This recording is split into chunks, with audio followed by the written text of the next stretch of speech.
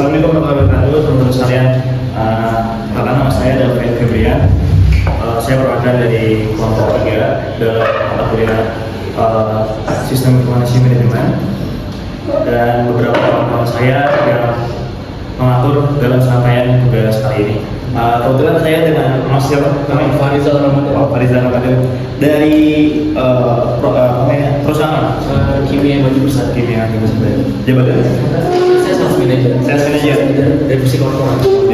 Baik. Sebelumnya kita dua konteksnya dulu mungkin ya, nggak langsung ke dalam. Ini biasanya sebagai distributor resmi kan, Mas? Betul. Yang dari datanya itu dari tahun 2021. Betul.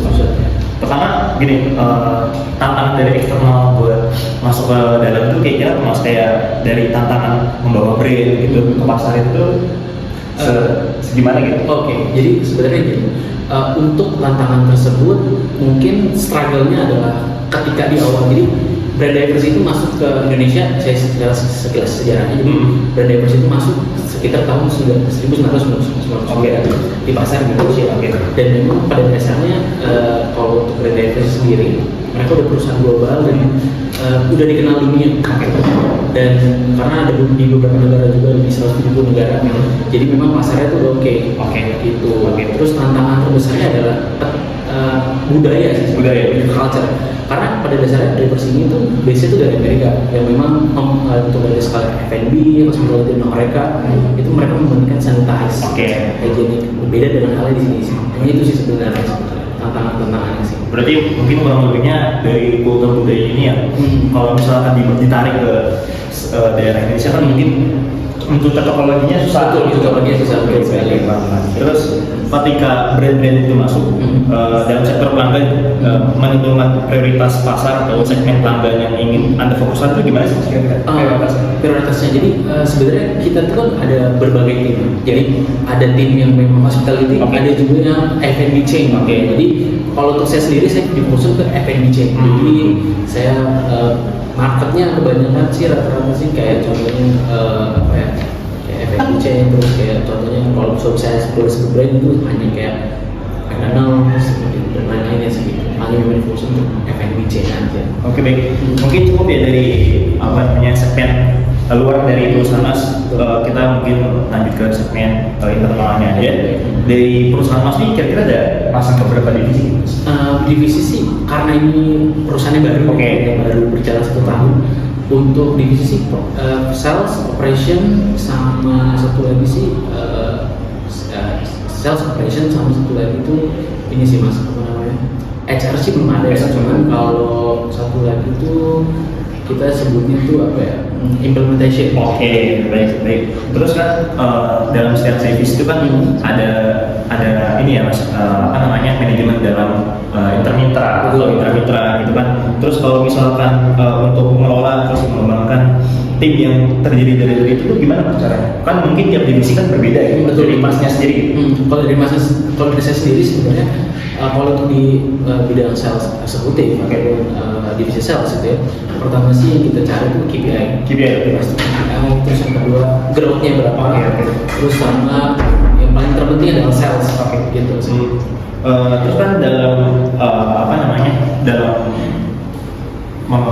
keseharian atau daily dalam produktivitas di dalam itu kan pasti kan ada kualifikasinya, aturan-aturan yang harus dipenuhi. Betul. Ini kan Mas punya kata-kata kewenangan untuk menentukan tugasnya seperti apa gitu. Nah itu bagaimana Mas buat menghubungkan gitu?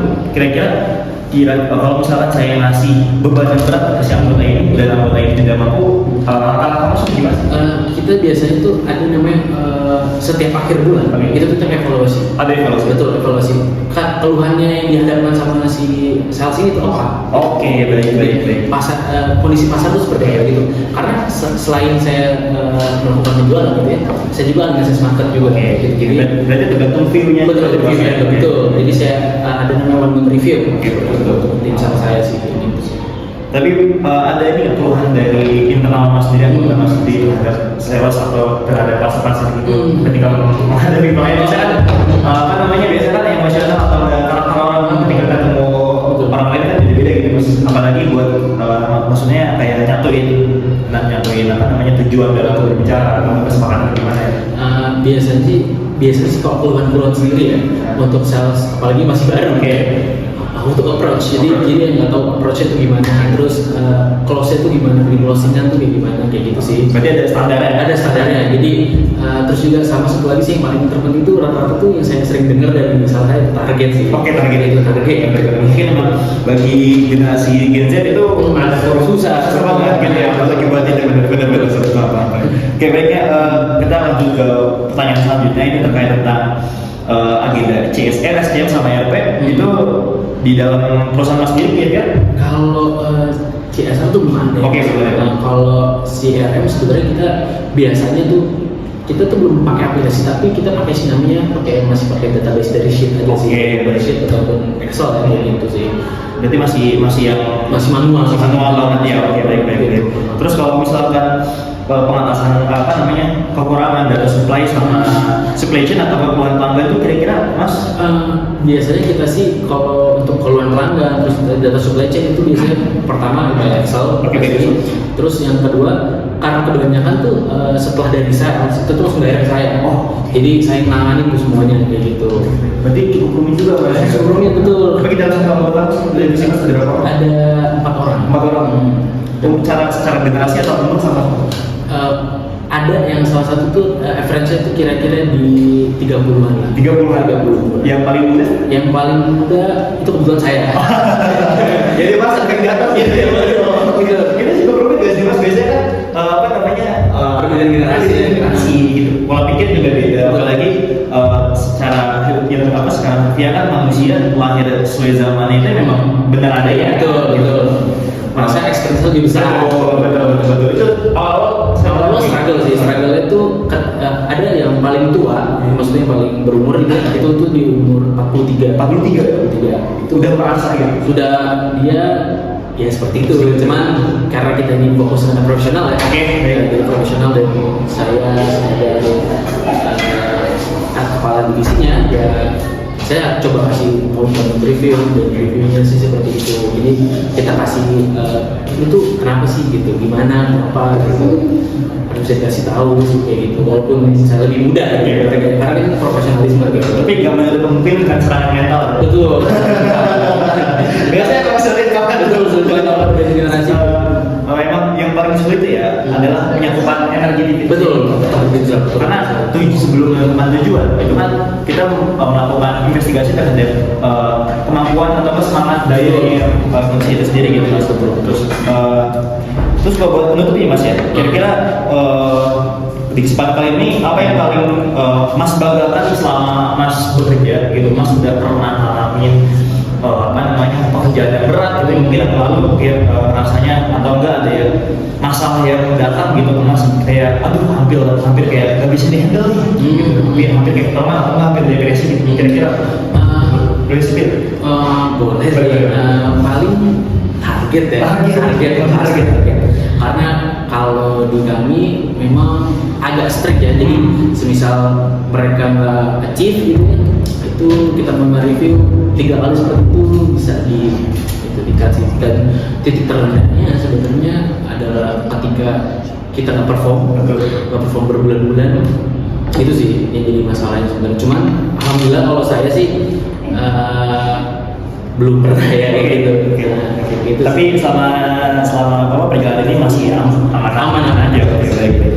Tapi kan biasanya Mas ya, ini mungkin dari pertanyaan di saya gitu kan, karena emang kita mungkin generasi Z yang bisa dibilang tuh menyimingi lah.